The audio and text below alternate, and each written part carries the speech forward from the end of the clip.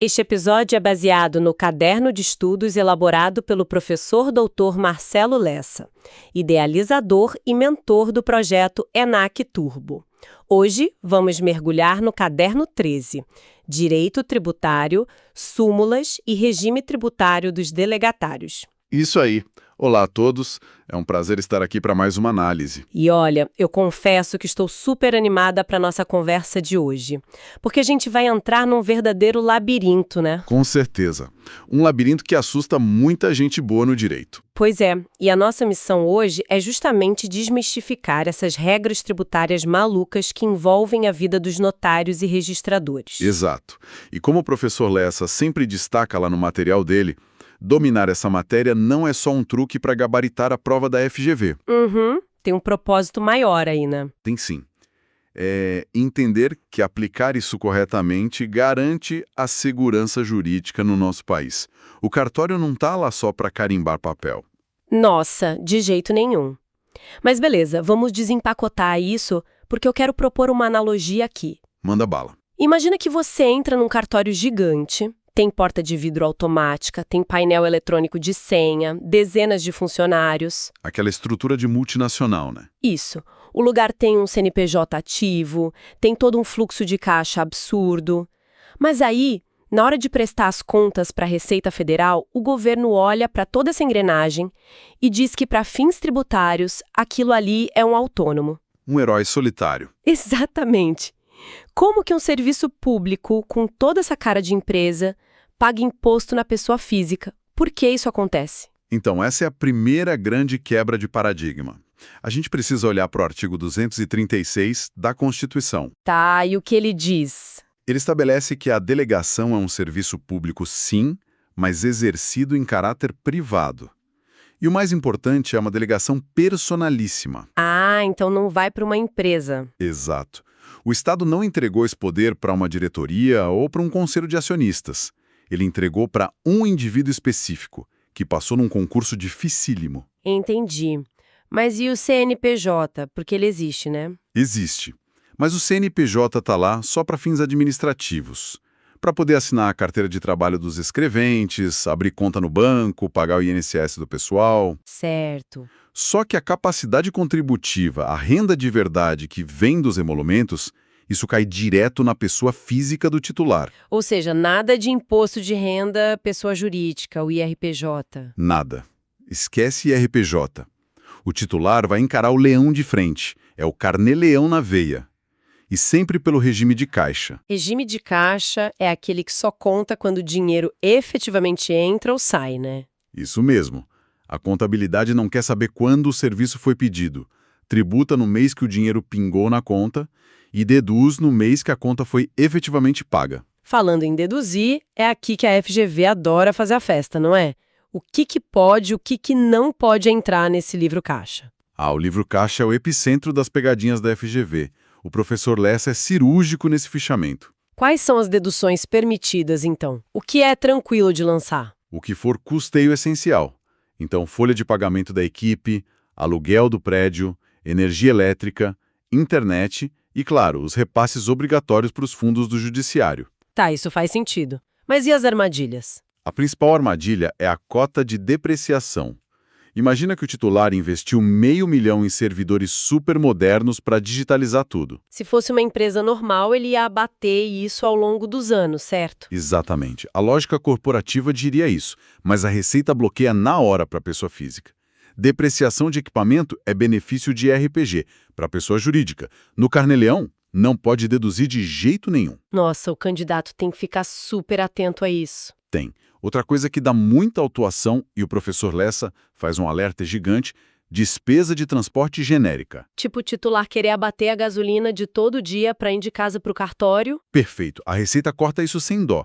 Só pode deduzir transporte se tiver uma prova cabal de que foi uma diligência externa extraordinária. Tem que ser intimamente ligado ao ato de ofício, então. Isso. Aquele vai e vem de rotina é considerado gasto pessoal. Entendi. Mas olha só, com tanto dinheiro entrando na pessoa física, a alíquota vai lá para o teto de 27,5% rapidinho? Bate no teto logo no começo do mês. Pois é, a tentação de criar uma empresa tipo uma limitada para pagar menos imposto deve ser enorme. A famosa pejotização. E aqui vai mais um alerta vermelho para quem nos ouve. Os tribunais superiores já pacificaram que fazer isso com a receita dos emolumentos é fraude à lei. Fraude? Total. Como a delegação é personalíssima, tentar blindar o patrimônio transferindo o faturamento para uma pessoa jurídica é ilegal. E o que acontece se a Receita pegar? A Receita desconsidera a empresa, refaz o lançamento todo retroativo na pessoa física e aplica uma multa daquelas. Uau! Então o titular é um pagador de imposto super vigiado. Mas aqui é que a coisa fica realmente interessante. Vamos lá. Porque além de pagar o próprio imposto, ele lida com os impostos das pessoas que vão lá no balcão, principalmente na transmissão de bens. O famoso ITCMD e o ITBI. Isso! E eu quero trazer um caso aqui. Imagina que uma pessoa faleceu em 2015, mas a família, por briga ou falta de dinheiro, só vai fazer o inventário agora, em 2024. Uma situação bem comum, aliás. Pois é. Só que a lei estadual mudou nesse meio tempo e dobrou a alíquota, e o imóvel também supervalorizou. Como que o cartório cobra isso? É pelo valor antigo? Pelo valor novo? Se conectarmos isso com um cenário maior, a gente precisa invocar o princípio da Saizine, lá do direito civil. Que é aquele que diz que a herança transmite no exato segundo da morte, né? Exato. Para o direito tributário, o fato gerador aconteceu ali, em 2015. E aí entra a súmula 112 do STF. O que ela diz? Ela congela a alíquota na data do óbito. Então a família vai pagar os 3% que valiam lá atrás e não a alíquota nova. Ah, isso protege as pessoas de leis que aumentam impostos depois, né? Legal. Sim, mas tem o outro lado da moeda. A súmula 113 do STF. Lá vem. E o que ela faz? Ela diz que a base de cálculo é o valor de mercado atual do bem, ou seja, na data da avaliação no inventário. Ah, então é a alíquota velha de 2015 aplicada sobre o valor altíssimo do imóvel em 2024. Precisamente. Isso equilibra o jogo. Protege o contribuinte de um aumento surpresa na taxa, mas também protege o Estado da inflação corroendo o valor do bem. Genial. Mas o caderno 13 traz um negócio que me deixou um pouco confusa. É o tema 1074 do STJ. Ah, o arrolamento sumário. Essa é a pegadinha certa para quem tem a cabeça focada na rotina prática do cartório. Pois é, porque a regra de ouro é que o registrador imobiliário não pode transferir um imóvel sem a prova de que o imposto foi pago, certo? Ele é o guardião ali. Ele responde solidariamente se deixar passar sem o imposto. A regra é essa. Mas esse tema do STJ meio que subverte isso. Subverte total. O arrolamento sumário é um procedimento bem rápido para quando todo mundo é maior de idade e está de acordo com a partilha. O STJ decidiu que o juiz deve homologar a partilha e mandar o formal para o cartório sem exigir o pagamento prévio do ITCMD. E o registrador tem que registrar sem a guia do imposto paga. Tem que registrar. O STJ entendeu que a velocidade do processo civil não pode ficar refém da burocracia fiscal do Estado. O juiz só avisa a Fazenda depois e o Estado que corre atrás para cobrar a família. Nossa, e o registrador fica livre de punição por isso. Fica totalmente livre. Ele está cumprindo uma determinação judicial baseada nesse rito específico. Muito interessante. E olha, essa briga entre a arrecadação do Estado e o cidadão acontece também no município com o ITBI, né? Demais, os municípios adoravam usar um negócio chamado pauta fiscal. Que é quando a prefeitura simplesmente inventa uma tabela de preços para os imóveis e ignora o valor que está no contrato de compra e venda. Isso. A prefeitura dizia, no seu contrato diz que custou 300 mil. Mas na minha tabela vale 500 mil, então você vai pagar sobre 500. Mas isso é muito arbitrário. E era. Por isso o STJ soltou o tema 1113. Ele proibiu o uso dessa pauta fiscal genérica. Então a base de cálculo tem que ser o valor do contrato? Sim, o valor real declarado no contrato. Existe a presunção de boa-fé do contribuinte. Se o município achar que o cara está mentindo para sonegar imposto... Ele não pode simplesmente tabelar por cima. Não, ele vai ter que abrir um processo administrativo, dar direito de defesa e provar tecnicamente que o imóvel vale mais. O ônus da prova inverteu. Nossa, isso é um freio enorme nas prefeituras. E tem mais, viu? A súmula 160 do STJ faz algo parecido com o IPTU. Como assim? Sabe quando o prefeito resolve aumentar o IPTU por um simples decreto? Sim, vira e mexe a gente vê isso nas notícias. Pois é, mas a súmula diz que, por decreto, ele só pode corrigir até o limite da inflação acumulada do ano. A correção monetária não é aumento real de imposto. Exato. Se ele quiser aumentar de verdade, alegando que a rua valorizou, por exemplo, ele tem que mandar um projeto de lei para a Câmara dos Vereadores e aprovar lá. Tem que passar pelo desgaste político, né? Entendi. E tem mais alguma limitação assim? Tem a súmula 656 do STF. Ela proíbe que o ITBI seja cobrado com alíquotas progressivas só com base no valor venal do imóvel. Espera, mas o IPTU pode ser progressivo, não pode? O IPTU pode estar expresso na Constituição, mas para o ITBI não tem essa permissão. Então, o município não pode criar uma tabelinha cobrando porcentagens maiores para imóveis mais caros. Entendi. Agora, tem uma ironia muito grande nisso tudo. Qual? O cartório está lá, barrando a ilegalidade, fiscalizando os impostos de todo mundo, mas e o serviço do próprio cartório? O município também quer morder uma parte disso, né? Ah, com certeza. A gente está falando do famoso ISS, o Imposto sobre Serviços. E aqui entra uma questão que a audiência deve se perguntar. Se o notário presta um serviço público, delegado pelo Estado, ele não deveria ter aquela imunidade tributária recíproca para não pagar ISS para a prefeitura? O que é fascinante aqui é que a classe dos cartorários tentou usar esse exato argumento por muito tempo. Faz sentido numa leitura rápida da Constituição. Faz. Só que o STF julgou a ADI 3089 e derrubou essa tese sem pena. Por quê? O STF disse que, sim, o serviço é público, mas ele é explorado em caráter totalmente privado. E o mais importante, tem um forte intuito lucrativo. Ah, o dinheiro dos emolumentos vai para o bolso do titular, não volta para o Estado. Exatamente. Se o Supremo desse a imunidade recíproca, estaria usando uma regra que foi feita para proteger o Pacto Federativo. Para beneficiar uma operação que, no fundo, funciona como uma empresa privada. Perfeito. Então, incide ISS sobre o faturamento bruto, sobre todos os emolumentos arrecadados. E eles não podem pagar aquele valor fixo anual igual alguns médicos e advogados pagam. Não. O judiciário entende que o cartório hoje tem uma estrutura empresarial complexa. Não é só um trabalho estritamente pessoal. Então paga sobre o montante inteiro. Certo. E já que a gente está falando tanto de emolumentos, o professor Lessa bate muito numa tecla sobre a natureza jurídica deles, né? Bate com razão. Emolumentos não são preços de mercado. Não são tarifas. Eles têm natureza estrita de taxa. Taxa de serviço público, certo. Isso. Uma taxa cobrada por um serviço público específico e divisível que foi prestado para o cidadão. E qual é a consequência prática de ser uma taxa e não um preço qualquer? A consequência é que o delegatário não pode dar desconto de jeito nenhum. Então, se eu sou dona de uma construtora gigante, levo 100 escrituras para o cartório e peço um descontinho pelo volume? O tabelião tem que dizer um sonoro não. Mesmo que ele queira fidelizar o cliente? Especialmente se ele quiser fidelizar. O crédito tributário é indisponível. Dar desconto em emolumento é a mesma coisa que um fiscal da Receita Federal diminuir o imposto de um amigo. Meu Deus, é infração grave, então. Gravíssima. Pode perder a delegação por concorrência desleal e infração disciplinar. A tabela do Estado é rígida e tem que ser respeitada por isonomia. Tá, mas aí eu fico pensando no outro extremo. A lei obriga o cartório a fazer um monte de coisas de graça, tipo registrar nascimento e casamento de quem é muito pobre. Os chamados atos gratuitos, aos hipossuficientes. Isso. Se o delegatário não pode dar desconto, como é que ele banca esses atos que não dão lucro nenhum? O material da serventia e o salário do funcionário estão saindo do bolso dele? Para evitar que os cartórios menores lá do interior quebrem, os estados criaram os fundos de compensação. Como funciona isso? Cada vez que alguém paga por um ato no cartório, uma pequena porcentagem desse valor vai para esse fundo estadual.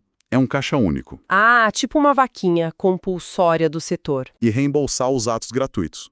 Entendi. É um ecossistema super interligado. Sim, mas quando essa engrenagem trava e alguém não paga imposto, aí a máquina estatal aciona a execução fiscal. A famosa cobrança judicial. E pelo que eu li no caderno de súmulas, tudo começa com a CDA, a certidão de dívida ativa, né? Exato. A CDA é o documento que o fisco usa para te processar. Só que as prefeituras do estado vivem cometendo erros na hora de preencher isso. E eles podem consertar o erro com o processo já rodando? Depende do tipo de erro. É aí que entra a súmula 392 do STJ. O que ela permite. Se for um erro puramente material, tipo um erro de digitação no valor ou usar um índice de inflação errado, a Fazenda pode substituir a CDA até a sentença dos embargos à execução. Certo. O juiz devolve o prazo e a pessoa se defende do valor novo. Mas o que não pode mudar? A Fazenda é terminantemente proibida de mudar o nome do devedor. Sujeito passivo. Ah, então se eles lançaram um imposto contra o João, mas na verdade a dona da dívida era a Maria... A execução é nula. Eles não podem simplesmente passar uma fita corretiva e botar o nome da Maria na mesma execução. Eles têm que começar tudo do zero. Tudo do zero. Abre outro processo administrativo, dá direito de defesa para Maria, e isso se o prazo de 5 anos não tiver caducado. Uau, é uma punição severa pela falta de atenção do fisco. E tem outra situação de cobrança super pesada que a FGV ama, misturando direito empresarial e tributário, a tal da dissolução irregular. Ah, eu já ouvi falar. É quando a empresa simplesmente fecha as portas, não paga ninguém e some sem dar baixa na junta comercial, né? Essa mesma. A empresa evapora, aí o fisco não acha bem nenhum no nome da pessoa jurídica fantasma e vai atrás de quem? Dos donos, dos sócios. Vai penhorar a casa, o carro, a conta pessoal deles. Isso. O STJ diz que abandonar a empresa assim presume fraude à lei. Só que o tema 981 e a súmula 435 colocam uma trava nisso. E é a pegadinha master. Eita, qual é a trava? Temporal. Para a Receita conseguir furar a blindagem da empresa e pegar os bens pessoais do sócio-gerente, ela tem que provar que ele era o gestor em 2 momentos distintos. Quais momentos? Ele tinha que ser o gerente na data em que a dívida do imposto foi gerada e também tinha que ser o gerente na data em que a empresa fechou irregularmente. Tem que ser nas 2 pontas. Ah, então se o sócio era o administrador na época que a dívida nasceu, mas depois ele vendeu a empresa direitinho, saiu no papel, e os novos donos é que fecharam as portas anos depois. A Receita não pode pegar ele. Ele estava lá no fato gerador, mas não estava lá na dissolução irregular. E o contrário, se eu comprei a empresa agora, já com dívidas antigas, e aí não aguento e fecho as portas escondido. Você também não responde com seus bens pessoais por aquele imposto lá de trás. Você estava na dissolução, mas não no fato gerador. É exigência rigorosa de cumulatividade temporal. Gente, que arquitetura genial para proteger quem faz as coisas certas no meio corporativo, né? É a segurança jurídica agindo para barrar a ânsia arrecadatória cega do Estado. Nossa, e olhando para tudo que a gente conversou aqui, é fascinante o fio condutor, sabe? Resuma pra gente. A gente viu o titular do cartório sofrendo rigor de pagar imposto na pessoa física, proibido de criar empresa para pagar menos, mas depois a gente viu esse mesmo titular agindo como grande fiscal do Estado. Sim, aplicando a súmula 112 com a alíquota congelada, ou a 113 atualizando a base de cálculo pela Saizine. Isso, e lidando com ordens contrárias, como o arrolamento sumário do tema 1074, onde ele tem que registrar sem guia paga. E tudo isso num cenário onde a prefeitura não pode inventar pauta fiscal para o ITBI e não pode aumentar o IPTU acima da inflação por mero decreto. Pois é, fica muito clara a visão pedagógica do professor Lessa nisso tudo. Fica mesmo. Ele ensina que estudar esse regime não é para virar uma máquina de fazer X na prova. É entender que o notário e registrador são os grandes escudos da legalidade do Brasil. É proteger a dignidade da pessoa humana contra os confiscos do Estado e evitar que todo probleminha vá parar no judiciário. É um peso monumental nos ombros de uma única pessoa física. E aí, para a gente encerrar, eu quero deixar um pensamento provocativo para quem está nos acompanhando. Opa, adoro essa parte. Porque a gente viu que todo esse sistema tributário e de responsabilidade depende visceralmente dessa figura humana do titular como pessoa autônoma, né? Totalmente focada nele. Mas a gente está entrando na era da inteligência artificial, da automação pesada. Algoritmos já conseguem cruzar certidões em milissegundos. Verdade. Se a base hoje justifica cobrar emolumentos porque existe uma responsabilidade pessoal e intelectual gigantesca desse ser humano, como é que o direito tributário vai lidar com isso no futuro, quando a máquina fizer 90% do trabalho. Será que esse modelo de taxar a pessoa física vai sobreviver intacto a essa revolução digital? Olha, esse é um debate denso. E pode ter certeza que isso vai pipocar no STF e no STJ muito em breve, forçando a gente a repensar coisas que pareciam imutáveis. Com certeza. Esses debates sempre trazem ideias ótimas. Aliás, qual labirinto fiscal ou tema notarial nossa audiência gostaria de ouvir na próxima análise? Deixem nos comentários. Isso aí, mandem as sugestões. Podcast produzido a partir do conteúdo do projeto ENAC Turbo, sob autoria e orientação do professor Dr. Marcelo Lessa. Se esse conteúdo te ajudou, não esqueça de se inscrever no canal e ativar o sininho das notificações. Assim, o YouTube te avisa imediatamente assim que o próximo resumo for liberado. Até a próxima!